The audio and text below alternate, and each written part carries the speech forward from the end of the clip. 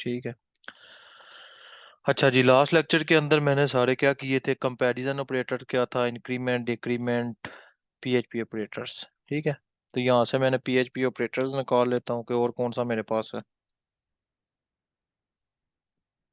PHP operator. तो मैं W3 school पे ही बैठा हुआ था। ठीक है। ये हमारा था इसका, तो यहाँ पे मैं सारे पे चला गया था, तो कंपैरिजन आपको पता था, इंक्रीमेंट डिक्रीमेंट भी पता चल गया था। लॉजिकल मैंने बताया था, एंड और नॉट के बारे में होता है कि ये क्यों होता है इसका। ठीक है। ये आपको पहले पता था। उसके बाद स्ट्रिंग ऑपरेटर था। इसके बारे में फिर देख लो कि डॉट से भी हम किसी चीज को कंपेयर कर सकते हैं, मतलब जोड़ सकते हैं। और जो दूसरा कौन सा था, डॉट इक्वल को भी साथ भी हम कर सकते हैं। ठीक है। अरे ऑपरेटर्स क्या था कि दो चीजों को कंपेयर करता है। ठीक है। कंपेयर मीन कि जब आप ऑपरेटर का इस्तेमाल कंपेयर करने के लिए किया जाता है किसी भी चीज को, इक्वल करने के लिए। इक्वल वाले सामान है ना, कंपेयर होती हैं चीजें, ये उस मकसद के लिए। उसके बाद आ जाता है कंडीशनल। कि कंडीशनल इसका काम भी सेम टू सेम ना इफ एल्स वाला होता है। ठीक है। जैसे इफ एल्स यूज होती है ना, ऐसे ही सेम ये कंडीशन यूज होती है। Condition operators. यहाँ से इसके एग्जांपल देख देते हैं। तो इसने क्या किया हुआ, echo status empty user logged in. ठीक है। इनने सिंपल किया एम्प्टी यूजर वही। ठीक है। Anonymous logged in. तो उसके बाद सिंपल ये लॉग्ड इन था और ये था, लेकिन इसका कंडीशन वाला ये मुझे इतनी जरूरत नहीं करवाने के लिए, इसकी ना इतनी जरूरत पड़ती है हमें। ठीक है। इसका सेम काम जो क्या है, कंडीशन यूज होती है। तो हम सीधा सीधा किस पे आते हैं अब, कंडीशन पे। ठीक है। इसके बाद ये जो बेसिक ये चीज है ना, गेट और पोस्ट, ये मैं करवाऊंगा, तो उसके बाद इस ऑपरेटर्स के बारे में आपको प्रॉपर पता चलेगा कि ये ऑपरेटर्स का मकसद क्या है, और यूज एम्प्टी क्यों यूज हो रहा है, और यूजर का काम क्या है। ठीक है। और ये दो चीजें आपको उस टाइम करवाऊंगा, ये कंडीशन वाला पार्ट। ठीक है। कोई मसला तो नहीं ना। ठीक नो है। सर। ठीक है। क्योंकि बेसिक जो चीज है ना वो ये है कि अरे तक, अरे आपका पता चल गया कि दो चीजें क्या होती हैं, कंपेयर किस कैसे किया जाता है। ठीक हो गया। उसके बाद वो कहता है कि किसी चीज का डिसीजन लेना हो तो आप उसको क्या करते हो, तो उसके अंदर वही चीज आ जाती है, इफ और एल्स। कि डिसीजन, किसी चीज का डिसीजन लेना। तो डिसीजन में हम फिर तकरीबन इसके कितने होते हैं, किसी चीज को डिसाइड करना। ये पीएचपी, ये कौन सा लेक्चर, जीएस है। इसको मैं सेव कर लूँ, इसको भी खत्म कर लेता हूँ, फिर हमारे पास ये थी। तो इसको मैं सेव करके, ये वर्ड प्रेस का आज मैंने, वर्ड प्रेस, ये भी हो गया सेव। उसके बाद अब आपका बचा है। ठीक है जी। अब हमारा पता है कि कंडीशन, किसी चीज को हम कैसे कहते हैं, तो वो डिसीजन होती है कि किसी चीज की डिसीजन हम कैसे लेते हैं। कि डिसीजन मीन के किसी चीज की कंडीशन होती है। तो W3 स्कूल में ये चीज है अवेलेबल, डिसीजन है कि नहीं है, तो इसके अंदर उन्होंने नहीं दी हुई। तो बेसिकली डिसीजन करता है किसी चीज को, कि आप दो चीजों को कंपेयर के मतलब कंडीशन यूज करते हो। इसके अंदर एक इफ होती है। यहाँ पे मैं जाता हूँ, PHP decision making, PHP, spelling देख लेना, मसला हुआ तो मुझे बता देना। DSISI डिसीजन मेकिंग, नजर आ रहा है ना। ठीक है। अब वो क्या कहता है कि ये 5 पार्ट्स में यूज हुआ है। 5 पार्ट्स कौन से हैं, ये 5 पार्ट्स में यूज हुआ है। और हुआ कौन सा है, नंबर 1 पे है। यहाँ पे मैं इफ ऐसे कर देता हूँ इसी के आगे, ताकि आपको पता चल जाए। एक इफ, फिर आ जाती है इफ एल्स, फिर आ जाती है नेस्टेड इफ। नेस्टेड कौन सी होती है, जो इफ के अंदर यूज होती है। Nested if else, L S C, else, ठीक हो जाए। फिर आ जाती है एल्स इफ, एल्स इफ। फिर हमारे पास आ जाती है जी स्विच, स्विच। ये मैं सारी चीजें पढ़ाऊंगा आपको, if else, else if, nested if. Nested के अंदर क्या होता है कि आपका जो ज्यादातर हम यूज करेंगे ये वाला पार्ट, इफ एल्स या एल्स इफ, ये दो चीजें। और स्विच का भी यूज कर लेंगे कि स्विच क्या, कि हमें किस मकसद के लिए हम यूज करेंगे, ये आपको आइडिया हो जाएगा कि हमें किस चीज के लिए यूज चाहिए। अब मैं आ जाता हूँ इफ एल्स। इफ एल्स से पहले अगर मैं अरे पे आ जाऊं तो वो ठीक नहीं है। अरे, यस, यस सर, पहले अरे करवा लें। मैं अभी इसमें अरे ही देख रहा था और उसमें जरा मसला आ रहा था। क्या मसला तो आ रहा इसका, था? इसमें जरा उन्होंने मल्टी डायमेंशनल अरे वगैरह दिए हुए हैं पीएचपी में। नहीं, मल्टी डायमेंशनल अरे वो और अलग चीज आ जाती है ना। बेसिक देखो कि एक हम्म, चीज आपको जब अरे का नहीं पता चलेगा, वो उन्होंने जैसे मैंने आपको करवाया हो शायद स्टेट्स के अंदर मैंने करवाया था 0 1 2 3 4 ऑन सो ऑन, ठीक है। तो उसके अंदर वो फिर क्या होता है कि वो उस हिसाब से यूज होती है अरे, ठीक है। क्योंकि हम्म। यार ये किसका, स्टूडेंट, ठीक है। अच्छा, अच्छा, अब बात ये है, पता ही क्या होती है, चले इसको फिर कर देता हूँ मैं फिलहाल, जरा आप खत्म कर दूं इसको, फिर हम जा जाते हैं अरे पे, पीएचपी अरे। मैं यहाँ पे लिखने लगा हूँ पीएचपी अरे, क्योंकि यहाँ पे मैं लिखने लगा हूँ वेरिएबल किसके साथ कंपेयर होता है, वेरिएबल, वेरिएबल क्या करता है, कुछ बोलो वैल्यू ना। स्टोर करता। वैल्यू स्टोर करता है, सिंगल या मल्टीपल, ये सिंगल। सिंगल वैल्यू को,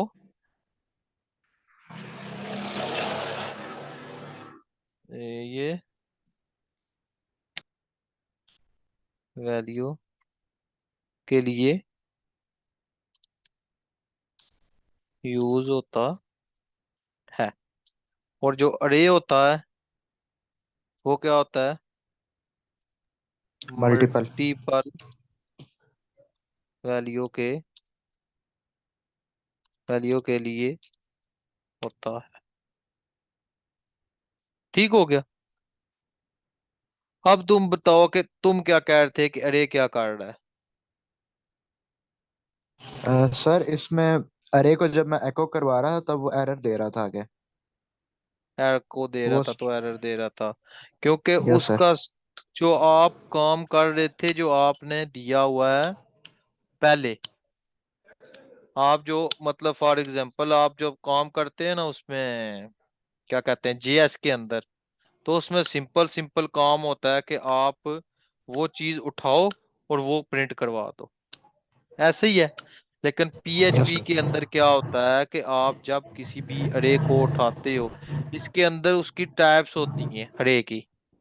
एक होता है इंडेक्स अरे, सबसे पहले इसके टाइप्स ऑफ अरे, नंबर 1 पे होती है इंडेक्स अरे, नंबर 2 पे होती है एसोसिएटिव अरे, फिर हमारे पास आ जाएगी तीसरे नंबर पे एक होती है मल्टी डायमेंशनल अरे,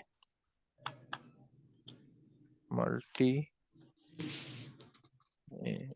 डायमेंशन। यार इसके मुझे स्पेलिंग देखने दे मल्टी डायमेंशनल के, मल्टी डायमेंशनल,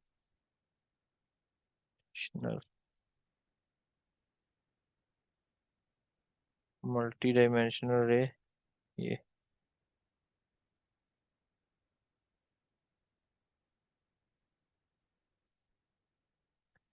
पीएचपी में मल्टी डायमेंशनल रे, इंडेक्सेस, इंडेक्स्ड इंडेक्स्ड अरे हो जाएगा। इंडेक्स्ड अरे, एसोसिएटिव अरे और मल्टी डायमेंशनल अरेज, ऐसा इसके साथ। ठीक हो गया, ठीक हो गया। अब बेसिक क्या होती है कि इंडेक्स को, इंडेक्स्ड अरे जो होती है ये नंबर आपको मैंने बताया हुआ है कि ये क्या होती है, जीरो से स्टार्ट। तो मैं यहाँ पे आगे लिख ना दूं है, यस सर, लिखते हैं। इंडेक्स लिख दो। अरे ये कहाँ से स्टार्ट होती है, जीरो से स्टार्ट होती है और एंड कहाँ तक जाती है, इसको हम नंबर में भी लिख सकते हैं, स्ट्रिंग में भी लिख सकते हैं, किसी भी चीज में इसको हम स्टोर कर सकते हैं। ठीक हो गया। तो मैं ऐसे लिखता हूँ कि इंडेक्स्ड अरे नंबर जीरो से स्टार्ट होते हैं। ठीक हो गया। अब आगे क्या बात मैं कर रहा था कि इसको हम नंबर्स के अंदर भी लिख सकते हैं, स्ट्रिंग के अंदर, एंड ऑब्जेक्ट को भी स्टोर कर सकते हैं इसके अंदर। ठीक है। आगे लिख देता हूं मैं इसको कि इसको हम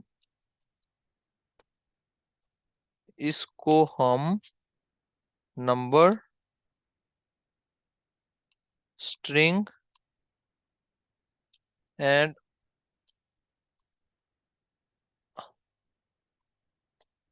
ऑब्जेक्ट को स्टोर स्टोर कर सकते हैं।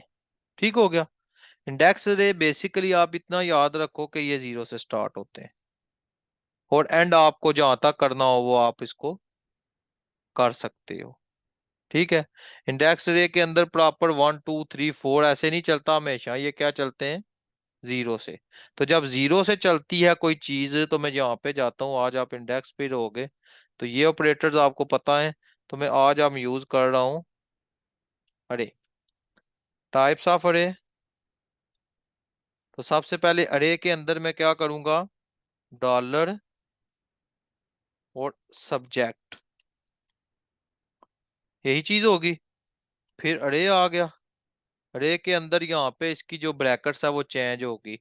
मैंने उस दिन भी बताया था कि जब हम जेएस के अंदर पहले सेम यही चीज होती थी, बाद में ये स्क्वेयर ब्रैकेट्स आई है तो फिर क्या हुआ, सारा सिस्टम चेंज हो गया। लेकिन पीएचपी के अंदर वही चीज है, उसके अंदर फर्क नहीं आया। तो फिर मैं क्या करूंगा कि सिंगल सब्जेक्ट के अंदर मैं लिखता हूँ HTML, फिर जाके लिखता हूँ स्ट्रिंग के अंदर CSS, फिर मैं स्ट्रिंग के अंदर लिखता हूँ JS। यहां तक बात क्लियर हुई। फिर ये आ गया, फिर मुझे चाहिए इको, इको के अंदर मैं जाके क्या करूंगा, किसको, हेलो। अब मैंने तुम्हें क्या बताया है कि मैंने तुम्हें ये बात बताई है कि मुझे जो चीज चाहिए होती है मैं किसको पसंद करता हूं, मैं यहाँ पे जाके लिखता हूँ डॉलर, मुझे चाहिए सब्जेक्ट, ऐसे ही है ना। जब इसको मैं इंटर करता हूं तो देखते हैं कि मुझे क्या शो होता है। मैं यहाँ पे गया, वार्निंग, अरे स्ट्रिंग कन्वर्जन इन ये। अब मैं इस चीज को उठाता हूं, मुझे तो पता चल गया कि मसला क्या कर रहा है, लेकिन आपको मैं एरर दिखाता हूँ कि वो एरर्स के अंदर स्टैक ओवरफ्लो क्या कहता है, मैं कि स्टैक ओवरफ्लो के अलावा आजकल एक सोल्यूशन भी आया हुआ है।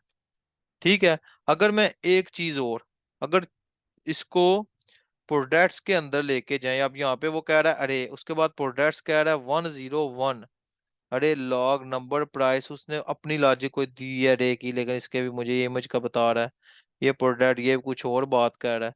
तो अब मैं क्या करता हूँ, मैं वापस इसके ऊपर जाता हूँ, अब मैं यहाँ से देखता हूँ कि इसके अंदर अगर यहाँ पे एरर आ रहा है स्ट्रिंग कन्वर्सेशन के अंदर, तो मैं इसको ओपन करके देख सकता हूँ। लेकिन पहले था कि ये अब स्टैक ओवरफ्लो ना सबसे अप थी, सबसे आप थी। मैं आपको एक और इजी वे मेथड बताऊंगा लेकिन अभी नहीं बताऊंगा, क्योंकि अभी बता दिया तो आप लोग पहुंच जाओगे उसी पे, तो फिर वो काम करने का मजा नहीं रहता, सीक्वेंस नहीं रहती काम करने की। सबसे इजी वे आसान मेथड होता है एरर ढूंढना, ढूंढना। ठीक है, इनपुट हो गया, नाम आ गया, लेकिन नहीं। तो अब मैं क्या करूंगा, मेरे पास ऑप्शन को नहीं, तो मैंने उसको कहा कि मुझे, अब वो कह रहा है कि अरे, तो मैं यहाँ पे फौरन चला जाऊंगा, मैं देखूंगा PHP अरे ठीक है। अब मैं जाता हूं तो अब एक तो इसके अंदर ये आ गया, उसके अंदर मेरे पास फिर ये ट्यूटोरियल्स आ गया, W3 स्कूल आ गया। ठीक है। अब ये मुझे एरर नहीं पता चल रहा, तो जावा टी पॉइंट आ गया। अब मैं मुख्तलिफ वेबसाइट्स को फॉलो करूंगा कि उनने अरे क्या निकाला हुआ है। उन्होंने रे निकाला हुआ है इंडेक्स रे से, कि किसी जी चीज को अरे को कैसे आप लेके चलते हो। अभी तो सिंपल एक अरे चल रही है, इंडेक्स अरे को अभी मैंने हाथ भी नहीं लगाया। तो अब मैं नीचे जाने लगा, उन्होंने फॉर ईच लूप यूज किए हुए हैं। तो इसका मतलब क्या है, यहाँ से भी मुझे समझ नहीं आएगी। अब यहाँ पे उसने क्या किया हुआ है, कार को लेके वही नंबर दे दिया है। ठीक है। और आपस में उस चीज को उसने क्या कर दिया है, जोड़ दिया है। तो मैं क्या करता हूँ, अब मुझे एरर नहीं मिला, तो मैं क्या किया, मैं यहाँ पे गया। अब सब्जेक्ट और उसके बाद ये लगाई मैंने स्क्वायर ब्रैकेट्स और लगा दी जीरो। आ गया HTML। फिर मेरे पास डॉट, डॉलर, डॉलर के अंदर सॉरी डॉलर के अंदर सब्जेक्ट, सब्जेक्ट स्क्वायर ब्रैकेट्स 1। आ गया CSS कि नहीं आया?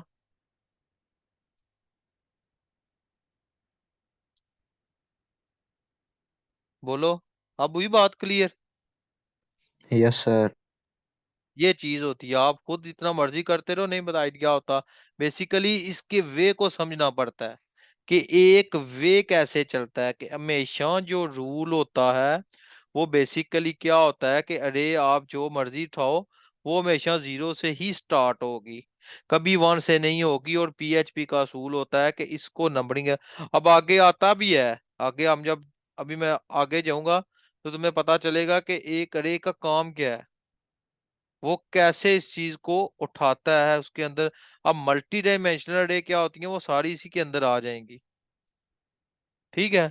फिर आपको पता चलेगा कि एक मल्टी और उसके अंदर वर्ड क्या होता है, और उसको हम कैसे एक वे से दूसरे वे पे हम लेके चलते हैं।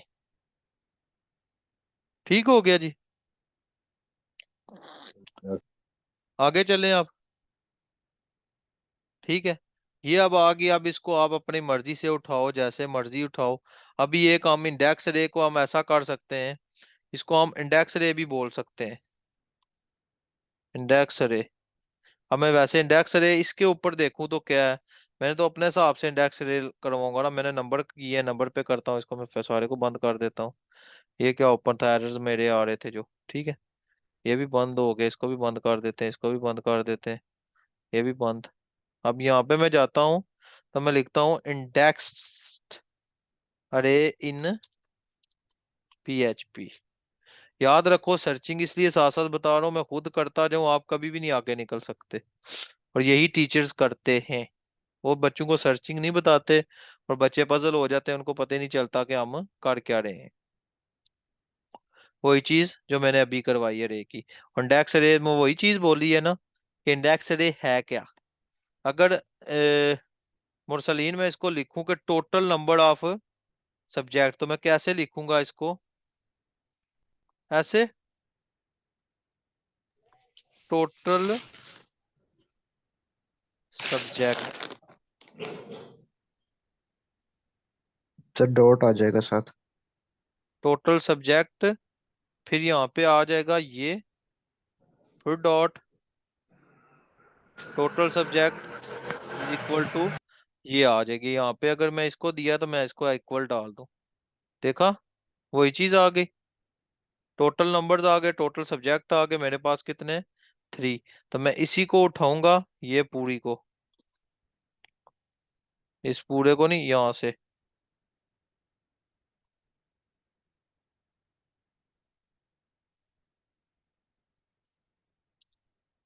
ये आ गया। तो जब मैं यहाँ पे गया, अब ये आ गया, ये CSS था, और यहाँ पे मैं इसको जीरो के बजाय 2 कर दूंगा। ये React.js के अंदर है ये पार्ट, ये है ना। जब आप स्टेट्स काम करते हो तो क्या करता है वो, ये।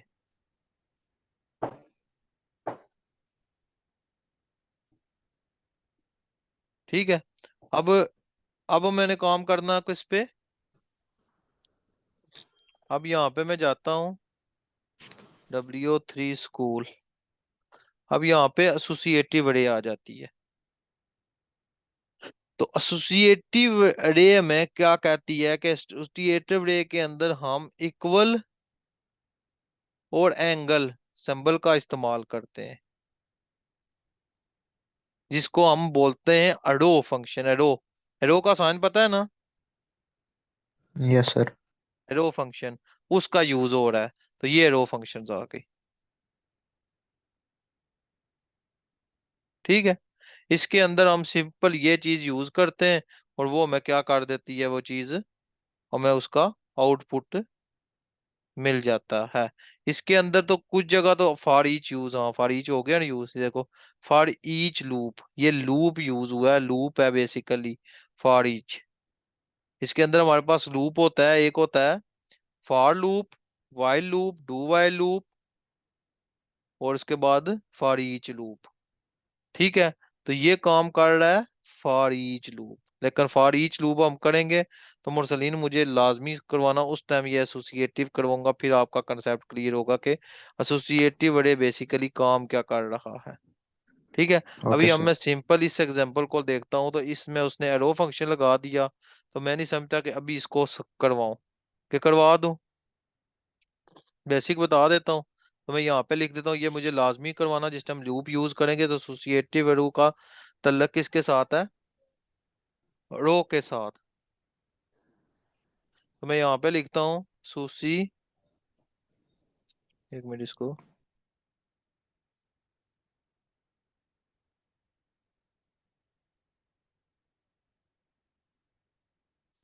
एसोसिएटिव रे सब से अच्छी अरे कह सकते हैं, अरे होती है, क्योंकि, क्योंकि लिख लूं, क्योंकि इसमें, क्योंकि इसमें हम equal and angle brackets use करते हैं। Equal and angle bracket, angle का पता है ना? Yes sir. ये एंगल सिंबल यूज करते हैं। ठीक है। ये प्रॉपर होता है कि आप इसको किसी भी चीज को कैसे यूज कर सकते हैं। तो एसोसिएटिव अरे को मैं यहाँ से एक छोटी सी एग्जांपल लगा लेते हैं हम इसको। यहाँ पे गया,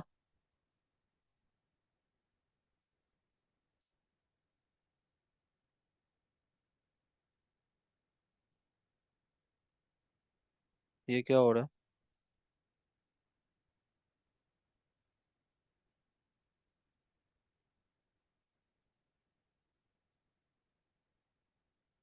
एसोसिएटिव अरे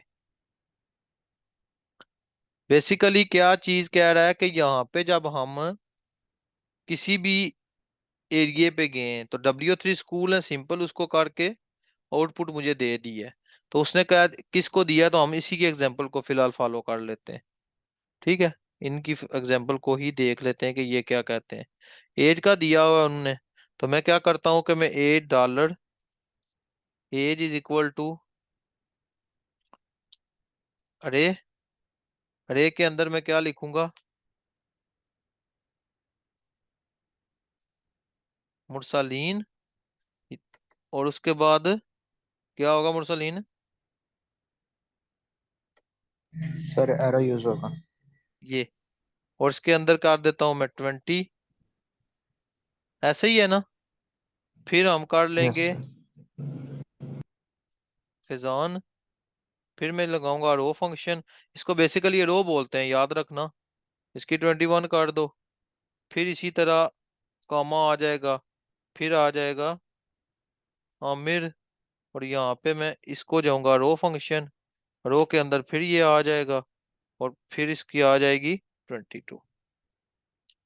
ठीक है। अभी मैं जाता हूँ यहाँ पे, मैं देखता हूँ कि क्या मुझे शो हुआ, कुछ नहीं हुआ।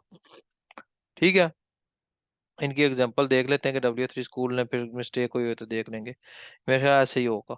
अब बड़े, उसके बाद नेक्स्ट इसके अंदर क्या है कि इको इको। इको के अंदर क्या होगा ऐसे, अगर हम किसी चीज को जोड़ते हैं आपस में, ठीक है, तो क्या करता हूं, माई एज इज, यहाँ पे क्या आएगा, फैजान। मुरसलीन तुमने नहीं बोलना फैजान, अब मैं दो चीजों को आपस में जोड़ने लगा हूं, तो क्या करता हूँ। हम्म, अरे यूज हुआ है इसमें, यहाँ पे आएगा भाई जी। एज आ जाएगी।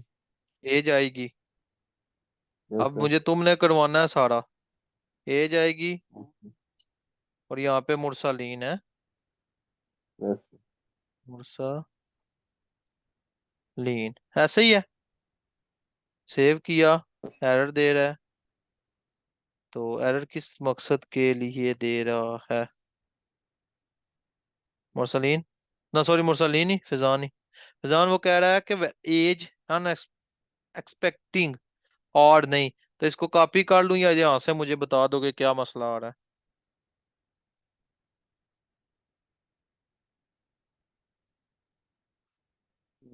पता नहीं क्या। आमिर,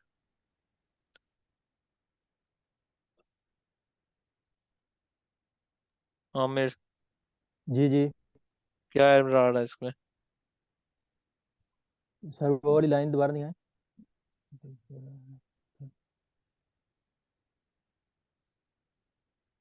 डॉट लगाना है उसमें। आ गया, माई एज इज जी 20, माई एज इज 20 आ गया। जी तो ये क्या कर दिया उसने, कि उस हिसाब से उस वैल्यू को क्या कर दिया, ये पूरे बूढ़े को उठा लिया, ठीक है। उसके बाद आ जाता है हमारे पास मल्टी डायमेंशनल रे, और और कौन सी रे, कोई ये रहती है हमारे पास, ये यही थी ना, सॉर्टिंग रे। सॉर्टिंग अभी रहने देंगे, सिर्फ मल्टी डायमेंशन तक करते हैं अभी। ये प्रैक्टिस कर रहे हो कोई नहीं, सच बताना, झूठ नहीं बोलना। सर कर रहा हूँ। तुम कर रहे हो तो बाकी फिजान तुम। यस सर, अभी कल स्टार्ट करूंगा क्योंकि जी वो मैं सर, पढ़ कर नहीं रहा हूँ पा रहा प्रैक्टिस। हूँ। ठीक हो गया। उसके बाद आ गया मल्टी डायमेंशनल अरे। अब मल्टी डायमेंशनल अरे का क्या काम है, कि ये कहते हैं कि इसकी एग्जांपल मैं ऐसे दूं कि दो या दो से ज्यादा स्क्रिप्टेड वैल्यू होती हैं, और उन टू को हम मल्टी डायमेंशनल अरे बोल देते हैं। दो चीजें आपस में जुड़ जाती हैं जिसे बोलते हैं,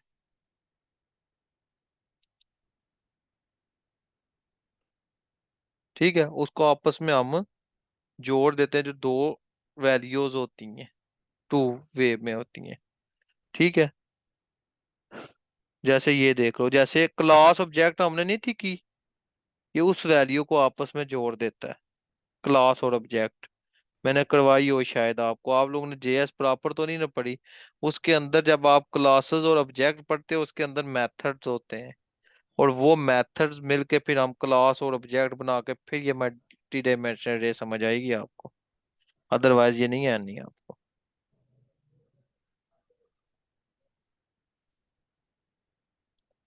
तो फिर ऐसा करता हूँ कि कल का क्लास ना एक क्लास एंड ऑब्जेक्ट कर लेते हैं इसके अंदर,